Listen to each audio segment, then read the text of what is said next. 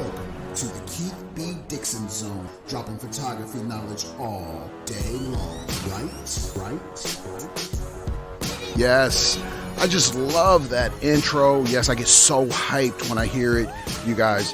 Thank you for tuning in. My name is Keith B. Dixon. Welcome to the Kilo Bravo Delta Zone. If you're super brand new, I want to definitely welcome you and welcome you to come back. Also, subscribe. That helps a lot. It encourages me. Now, I know I've been gone a while, but I've been working on some things. I've got some things in the works, and we're going to transition some major programs over to this platform. So get ready for that. And one of the biggest reasons for doing that is I'm noticing a shift in the way people are consuming information. We're getting more and more busier in a lot of cases. I know here in the Bay Area, it at least feels like it because the traffic is just getting worse every day. And that's, for me, that's an indication that more people are driving, more people are going to work. There's more Ubers on the road. So it's hard sometimes to sit there and watch a video, let alone not only watch a video, but use up your valuable data, because cell phone companies, that's how they make money. Let's face it, let's throttle you back so you can buy more. And you know what? Let's sell you a phone that goes just a little slower than the best model so that we can get you to buy a new phone. So I'm thinking about all that as I put this content together, and I'm literally saying this to myself, what's the best way? How do I feel about content? And I think sometimes, although video is very popular, I think I heard Brian Fanzo say this, that video is going to push down, you guys. The way we consume information is going to push it down to an audio format. And that's the prediction, that podcasting will definitely be popular. Well, for the most case, I love it anyway. So, and I'm right here in the Kilo Bravo Delta Zone. I'm going to be here at least once a week at the minimum. We're going to try to ramp that up based on how you guys are listening. I mean, that's the reality of it. So, as you probably know, I'm making a transition into a whole different space in terms of social media. The Periscope platform has been great for me, and we are just shy of 20 million hearts on there with about 2,000 organic followers. I don't think I'll ever totally get away from it, but what I'm thinking is that it's time for something new because we have to reinvent ourselves. Reinvention is tough because you've got to rethink things. You've got to move away from your comfort zone. And later on in this broadcast, I'm going to talk about moving on to other opportunities. Well, I'm going to talk about opportunities and being opportunistic as well, as that ties into us as photographers. If you own a studio or you own a business, it doesn't matter. We can take this across the board, whatever you own. And maybe you have people that you work with, or maybe vendors that are trying to work with you. Sometimes people can come across as being opportunistic. It's hard to see.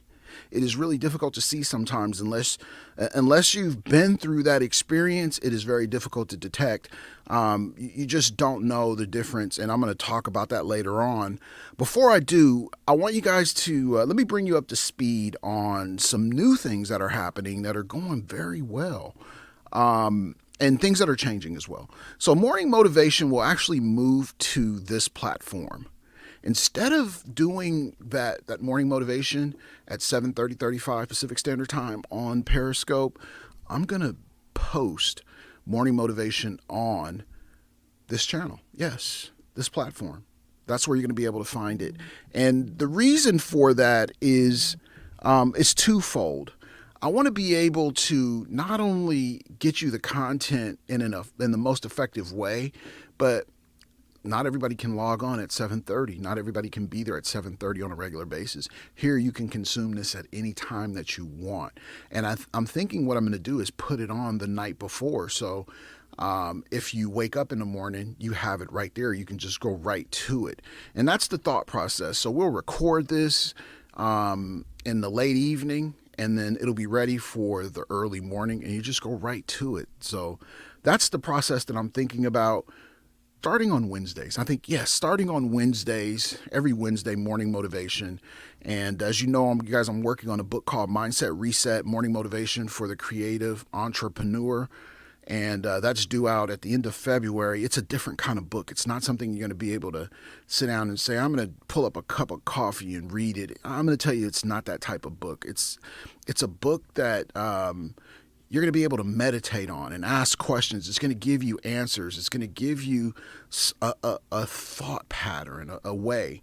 And although there are some chapters in there where I talk about some things to help you define what it is you might be thinking about, the book is mostly visual. It's mostly visual. So that's where we are. Mindset Reset. That's coming out the end of February. I'm going to release that book at the High Five conference in Raleigh, North Carolina. So Raleigh, North Carolina around February, end of February. And I'll be there speaking and talking about that book and the importance of it as it relates to, just waking up in the morning with a mindset to accomplish something great. I'll be talking about that. And then, as you guys know, with my YouTube channel, I've gone a lot of different directions with that. And if you've seen my presentations lately online or any presentation you're in the 90PT, one of the things that I talk about is social media noise. Noise is just, it's a crowd, pretty much. It's a crowd. It's all the data out there, all the information. It's so much of it, it can become overwhelming. So we like to say it's noisy out there. And especially on the major channels like YouTube, and everybody's trying to do something like go viral or get a lot of hits or get a paycheck from YouTube. My goal is always just to make the content work. That's kind of how I think about it. Can it work? Is it useful? If something falls out of that or develops out of that, so be it. I'll take it. But for the most part, just getting it to work and be effective is always my primary goal. So when I thought about YouTube, I've tried a bunch of different things like streaming into YouTube. I think for people that are established on there, it's great. They do really well. Roberto Blake, for instance, he can get on and do a live stream on YouTube and just pull in tons of people. He's got a great following. I mean, there's no question about it. I think with me and photographers in general, our markets are so narrow. I mean, either you're a photographer trying to do something at a higher level or not. There's not a gray area. There's, the people that are advanced are typically not interested in very technical information and this is, I'm basing this on my experience. So, it narrows the market down tremendously, which means that you've got to be tighter with your content. And, the photographers who I have seen that are successful, they've been out in the market a long time, and social media for them is a way to connect with the people that they've already established. So they pull those people in instantly. But when you go from zero to a hero, I'm going to tell you, that's a Mount Everest climb, and you better get ready for some thin air because it's going to be a tough road. And that's been me. I developed social media first and then started speaking. So it's going to be real interesting. And I guess if I had to think about it, maybe I'm doing things in reverse. That's always been my life, success later in life, I guess, if we call this success. So with YouTube, my strategy now is to, as you guys know, I have the 90PT. It's 90pt.keithbdixon.online. The 90PT has two components, the 30PT and the 10PT. So typically what I'll do is I'll launch that course. It's a 90-minute program that is approximately 90 minutes long, approximately. It could be shorter. It could be 60 minutes with a 30-minute exercise. So it goes back and forth. Then there's the 30 PT, 30 minutes. It could be a chapter, for instance, that's associated to the 90 PT so that it builds. And then on YouTube, what we're going to do is the 10 PT, the 10 PT. So on YouTube, it's going to be 10 minutes of something. I know you're in a hurry. You want to get this information. It's almost like, Keith, quit playing. Let's get to it. I say that jokingly because that's what I usually say to people people that I watch and broadcast with, or I listen to their broadcast and I say, hey, let's get to it, especially if I don't know them. It's like if I know it, then I kind of know what to expect. But if I don't know, it's like, hey, let's get to this information. Quit playing. Let's go. I just want to get to it. It's almost like watching television. It's like, will the commercials ever end? I get it. So that's where I am. Let's get you some concentrated information, commercial free. That is going to be the 10PT on YouTube. So that's what you guys have to look forward to. So let's dive into this new version of Morning Motivation, and I'm going to talk about opportunity. So opportunity is our topic. Let's go. Okay, so let's talk about opportunity. Opportunity is something that we all need in life. We absolutely need opportunity. We need opportunity to grow. We need opportunity to live.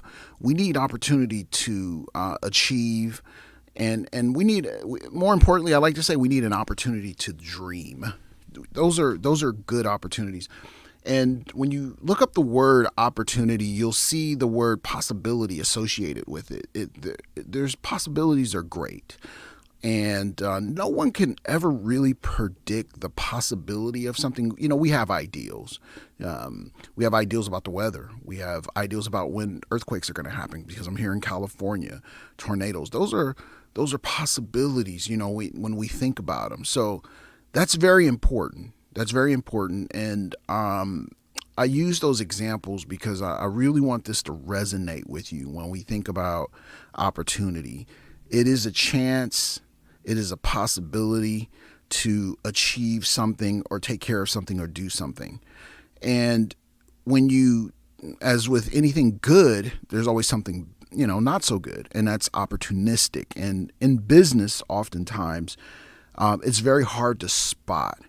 And, you know, I've been in business literally since 1995. And even sooner than that. But my first real business experience came back in 1995, where I went out and literally raised over $1 million, you know, for a business. Literally, that was my first successful venture. It was an opportunity for me to get on the map in the local San Francisco area. And I got to tell you, for that, it was a great thing. It was a great thing. And I was mostly charged up about, when I say charged up, I was excited about being able to get that done. Did it make me famous, or did it, you know, create the superstardom? I'm going to tell you, no. Not a lot of people knew about it back then. There was really no internet, you know, there was, you know, none of the stuff that exists today existed. And I'm going to say that was probably a good thing. That was probably a good thing back then. Everything was all word of mouth. And I was really the guy behind the scenes, really. I was the guy behind the scenes, kind of making things happen. And I was comfortable with that.